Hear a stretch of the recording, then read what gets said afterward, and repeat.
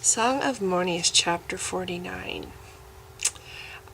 It's rough. I will say it's probably going to be tweaked before all is said and done. But I tried to give it extra effort so it would be as wonderful as I can make it be with its first draft. It's a very important chapter, and that's why I spent extra time on it. Trying to make it as good as it can be. So, without further ado, here it is, chapter 49. Song of Mornius, chapter 49. Trembling, coughing hard at the choking dust, Avalar fumbled through darkness for her sword. Above her head, something hard and unyielding brushed her hair. She reached up, felt the stone directly above her, floating boulders bobbing to the side as she struggled to her feet. She frowned, dismayed at the lengths her magic went to protect her. After a pause, she heard splashes, the heavy slabs dropping into the pool. "Cameron," Avalar whispered, hoping fervently the magic protected him as well. The darkness around her was absolute. Leader Tarek. Try as she might to see, her senses found nothing but the feel of cold, shifting air clogging with dust. Below and to the side she could hear the sounds of the shattered pool, its water branching in all directions as the big boulders settled to its bottom. "Over here," came Cameron's deeper voice. "What happened?" "Shh!" Avalar aimed toward where she heard his movements. "Malian," she whispered. "Mayhap he still lingers. He wants us all dead, Cameron. "I know," said Cameron softly as she neared. "I know very well what he wants and what Tarek plans to do. Being a ghost has its privileges." She held her breath, her focus on a tiny red light winking at her through the blackness like a distant star. As she watched it, her throat went dry, for the darkness hovering around and beside it seemed denser somehow. He has not left," she whispered toward Cameron's voice. "Malian." She started as Cameron's fingers touched her shoulder. He pressed close to her body and she caught his scent, sweet like a newborn babe's. For a moment she clung to his arm, trembling hard. "What shall we do?" he whispered back. Avalar paused, grinding her teeth as she fought for calm. "He cannot slay us," she said, "without killing the world. If the world dies, he would be forced out of hiding and—" She shook her head. "I think," she said slowly, "our magic protects us. We are safe for the moment to find our friends, Cameron." Reaching out, she felt the rocks around her, the great slabs of granite piled high. A strain of grief entered Cameron's voice. "I'm afraid to look." Avalar nodded. "So am I, but we must." Feeling her way, Avalar moved toward where she had last seen Tarek, pushing Cameron with her hand the other way. "You check there," she hissed. "Be careful." "Tarek?" Cameron whispered. "Farina?" She heard the dull tearing of fabric from his too tight leggings as he began to climb. A glimmer of blue pulled her attention sideways. Kneeling down, she followed its feeble light, peered past the silhouette of stones where a huge slab lay tilted against another. "I've found Galen," Avalar whispered to Cameron. "He's alive. He's moving." There was a pause and the sound of larger rocks being tossed. "This one is not," Cameron said softly. "It's Cavan." His voice broke on the name. Avalar felt her heart sink. Her eyes stung as she blinked them hard. "Lieutenant Roth?" Roughly she heaved at the massive boulder in her way, threw her whole weight into her arms to pull it aside. "Tarek befriended him. You would have liked him, Cameron." "I knew him," Cameron returned, and Avalar paused, glancing through the darkness where she wished she could see his face. She heard him draw a shaky breath. "We were friends," he said softly. She nodded, remembering the young man's anger, the rage she heard in his voice whenever he would speak Cameron's name. "Now it makes sense." Avalar thought sadly. She knelt beside Galen. Carefully she lifted him into her lap, cradled him. Moaning, he pressed his face against her wrist. "Galen," she whispered, bending down low over his head. "Malian is here. You must rouse yourself for Halram's sake, so he might defend us." "This one, too," Cameron said softly from out of the darkness. "I don't think he's Tarek." His voice thickened in his throat, and she nodded, hot tears sliding through the dirt on her face. "Keep searching," she whispered fiercely. "I hardly got to see him," Cameron said, his voice breaking, "or speak to him. Tarek!" "Hush!" Avalar turned toward him. "Cameron, take a breath. You do not know." Galen moaned against her arm. Coughing filled the chamber, and Avalar recognized the sound as female. "Florina Vlyn," Cameron affirmed. Avalar heard him lowering himself in the darkness, listened to small rocks shifting and then sliding sideways. "I'm fine." Florina's voice trembled as she spoke. "Ow! My head's really bleeding, but head wounds do, I suppose. Where's Tarek?" "Shh!" Avalar hissed under her breath, watching the red light shift to point toward Florina's voice. "We know not, Florina Vlyn. Be still. Malian is here." "Does it matter?"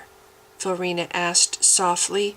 "If he's here, he's linked himself to us, so he can enjoy our suffering while he kills us. Trust me, he already knows your every thought." Avalar lifted her head, staring at the glimmer of red as it crept along the far wall. "He is waiting," she breathed. "What could he be waiting for?" "We're suffering, that's why," Florina's disembodied voice said. "We're afraid, grieving, and he's like a sponge soaking it up, gaining strength." Avalar leaned down as Galen groaned softly, her gaze on Malian's stone as she gently stroked the staff-wielder's bloody hair. "Tarek is in danger, Galen." Avalar frowned at the quaver in her own voice. Florina Vlyn was right. She was frightened. "We all are. Malian is here. He has the red stone. Any moment he might strike at us." Now she heard Halram, his frustrated voice speaking through Galen's open mouth. "I cannot move," griped the warder. "He has taken Galen. Now this flesh will not stir." "Likely he is injured," Avalar snapped. With effort, she followed her own advice to Cameron, snatching in a deep breath. "Can you light your staff at least?" Avalar glanced toward the frail blue flicker of Mornius beside them, its tendrils of light bathing the solid gray stone. "So we can see?" She blinked as Mornius flashed, the skystone's blue radiance knifing through swirling dust, spilling over a ruin of shattered rocks. Now she could see the crushed torso of Kavin Roth, the grimace of pain on his dead face. She saw the black boots and leggings of someone else lying pinned. Above and beyond the rubble, Malian's favorite dragon shape crouched. Its hooded eyes glowed steadily down. Within the fingers of one raised claw she saw it, the stone pulsing crimson, the blazon stone from Earth. Avalar climbed to her feet above her friend and faced the thing that changed as she watched it. A bear, a wolf, a fanged, coiled blackness. "Avalar?" Cameron asked from behind her. "Keep looking," she hissed without turning from their foe. "We have to find—" She broke off then, blinking as she listened hard. From far away, echoing deep beyond what used to be the chamber's back wall, she heard it rising, then sinking, a soft, voiceless song. Cocking her head, she turned slowly toward it, mouthing phrases with her lips that contained no words. "I know that," she whispered, taking a step. "When I was younger, I heard—" Avalar pivoted toward Cameron and pointed. "Do you hear it too?" Staring at her with eyes that glistened blue from Mornius's light, he shook his head. "No." Hear what?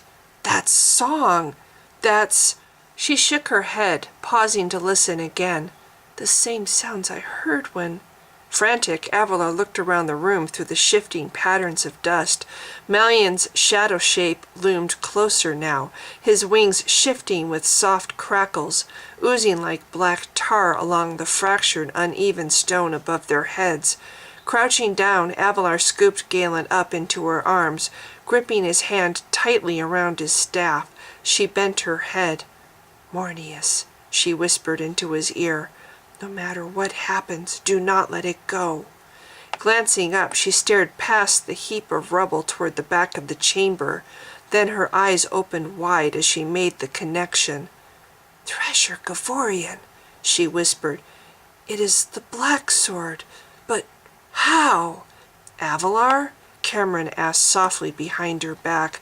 She held up her hand. "No, I have to trust it," she told him softly.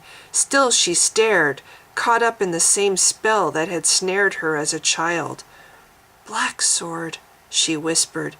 "Black stones. To freedom. The river."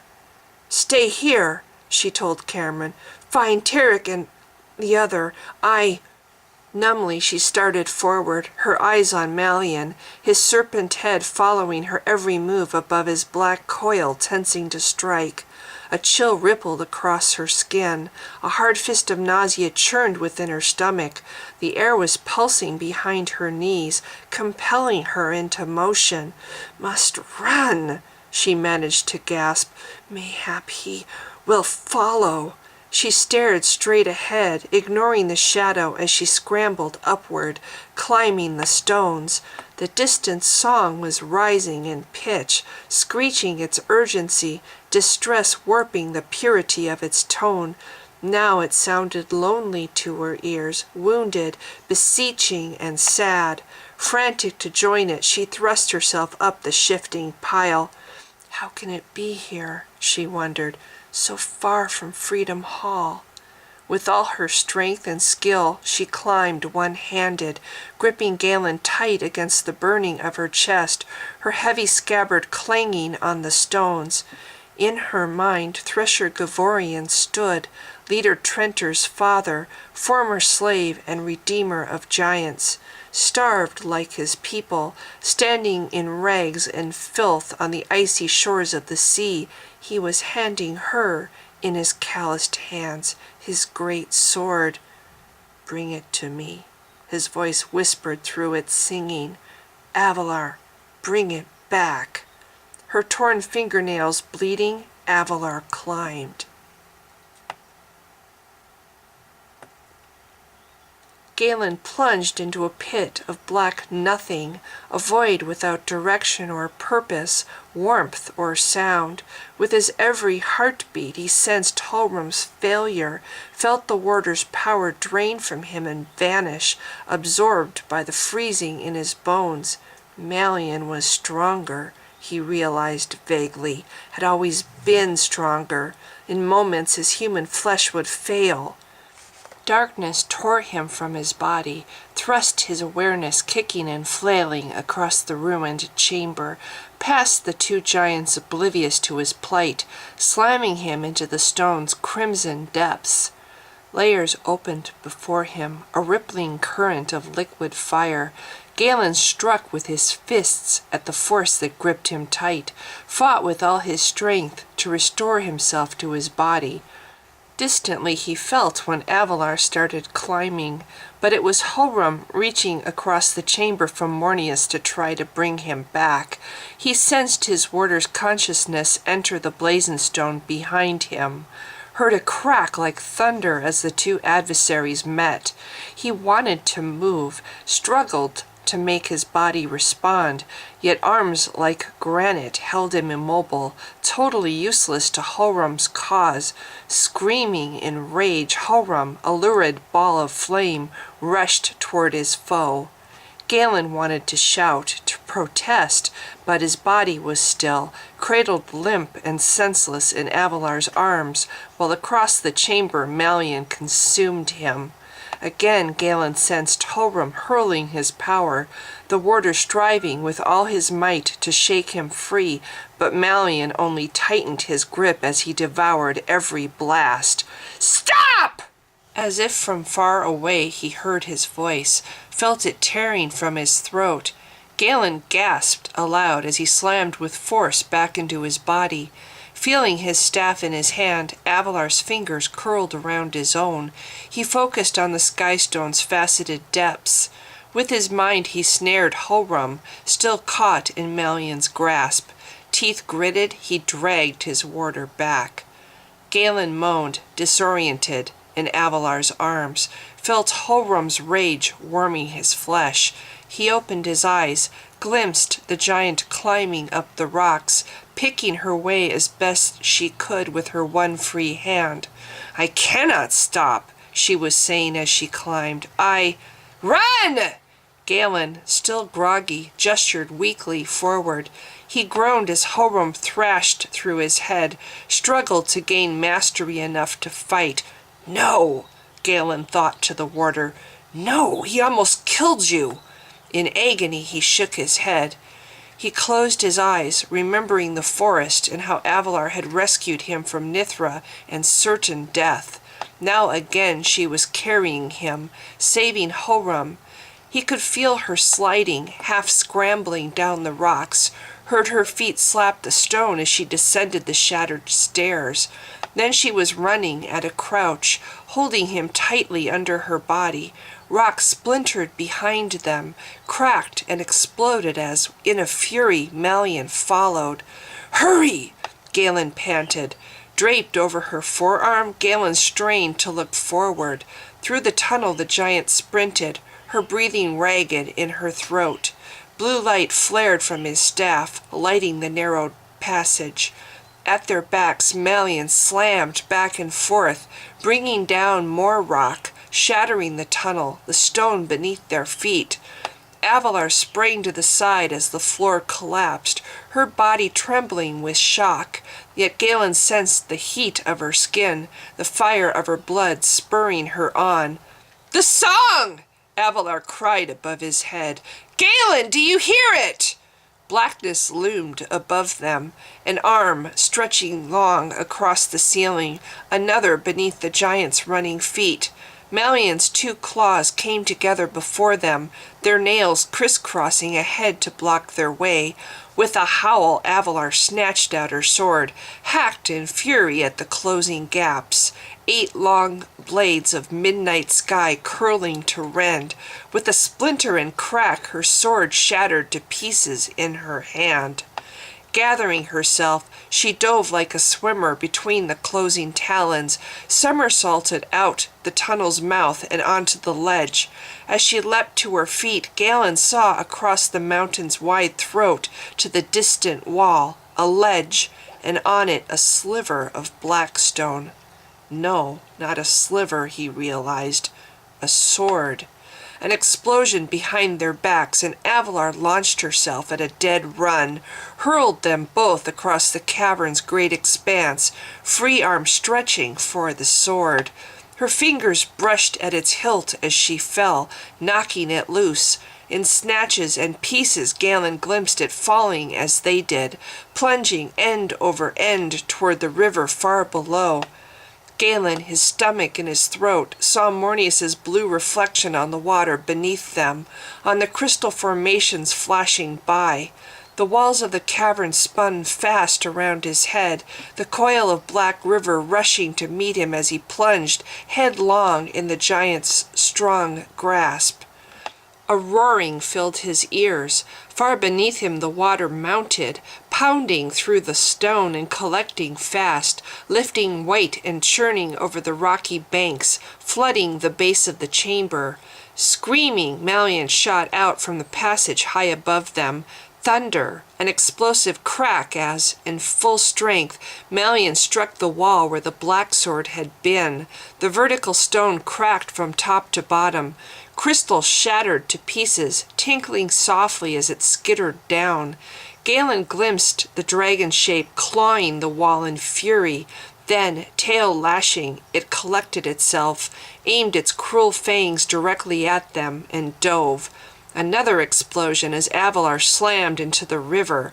Galen caught snatches of churning gray, the cloud of tiny rocks when Avalar's big feet hit bottom.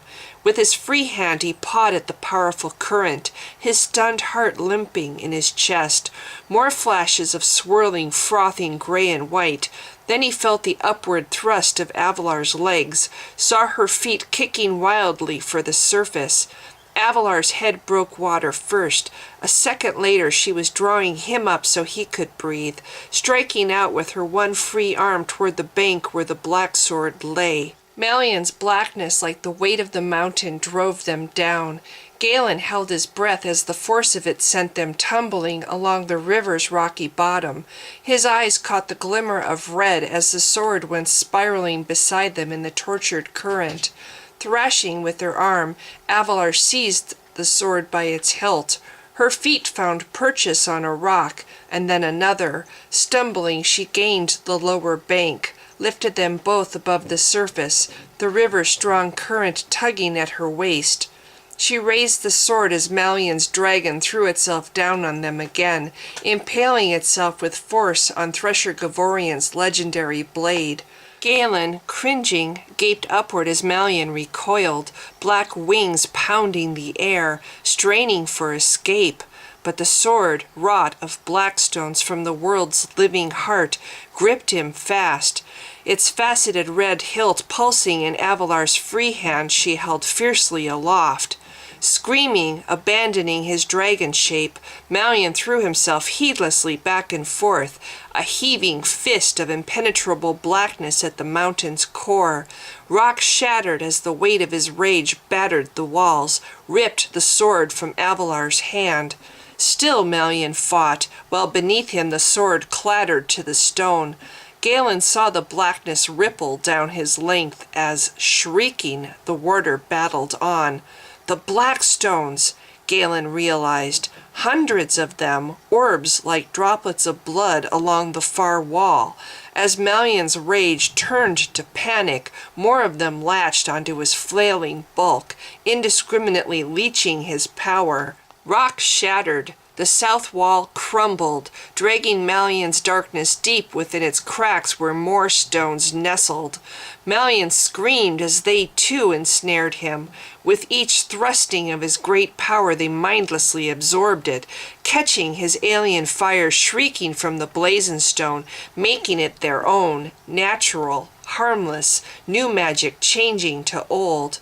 Malion, blind with fury, hammered at the blood of the world, the stones that were the planet's living heart, slammed gouts of midnight through the mountain, cold malevolence toward the sky. Like massive daggers, stalactites fell. High above, the mountain's uneven dome fractured and split. Light from the world above knifed blindingly in. Galen gritted his teeth in Avalar's arms, raised his head to the glimpse of sky. "He's punching through!" he cried with alarm. "Avalar, if he— I know!" she howled above his head. "I know not what I— Throw me!" Galen braced himself into a ball in her arms, his attention locked on the red pulsing stone he glimpsed deep at Malion's core. Without it, the stone from another world, Malion had no way to focus. "At his stone! Throw me!" Avalar gripped him with her hands, raised him high above her head. With a shout, she hurled him forward, somersaulting blind through the power-seared air. He screamed as the cavern went black around his head, as a sudden burning slapped against his skin, melting it, flaying him alive. His shoulder struck something small and solid within the blackness and fire. Wildly he grabbed at it, flailing hard with his staff, striking it. In his hands he felt Mornius crack from end to end, splinter apart into nothingness.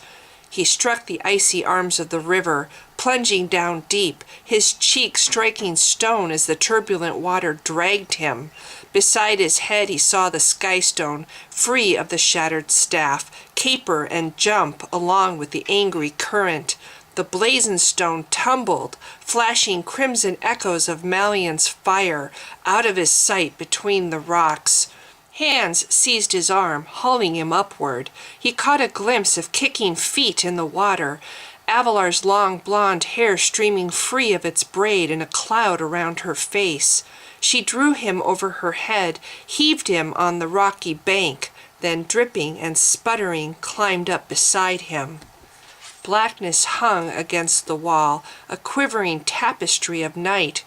Fading to gray, Malion snarled defiance at the stones, struggled feebly as they gorged themselves on his power, reducing him, killing him.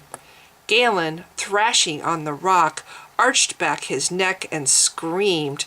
He raised his hands to his face, stared at the skinless and twisted, melted flesh. All over he was shaking and couldn't stop, curling into a ball of unending pain. Gray flakes dotted the filtered light of the cavern. Lazily they floated and bobbed gently upward as Malion's lifeless, formless husk slowly dissolved. Avalar crouched by his side, pushing the skystone gently into his ruined hands. "Galen!" She was sobbing his name, her hands afraid to touch him and hurt him even more. "Heal!" She swallowed hard, and he could see in her twisting expression when exactly she caught his smell. "Yourself." Galen could feel his lidless eyes drying in his sockets. He had no lips to form words, no tongue in his mouth to taste the fresh air wafting down. Flesh was sliding from his scalp, from his bones. All he knew was fire and endless burning. With all his might he wanted to die. "No," said a voice from deep within his head, Horum's voice. "No," it said again. "Galen, stay."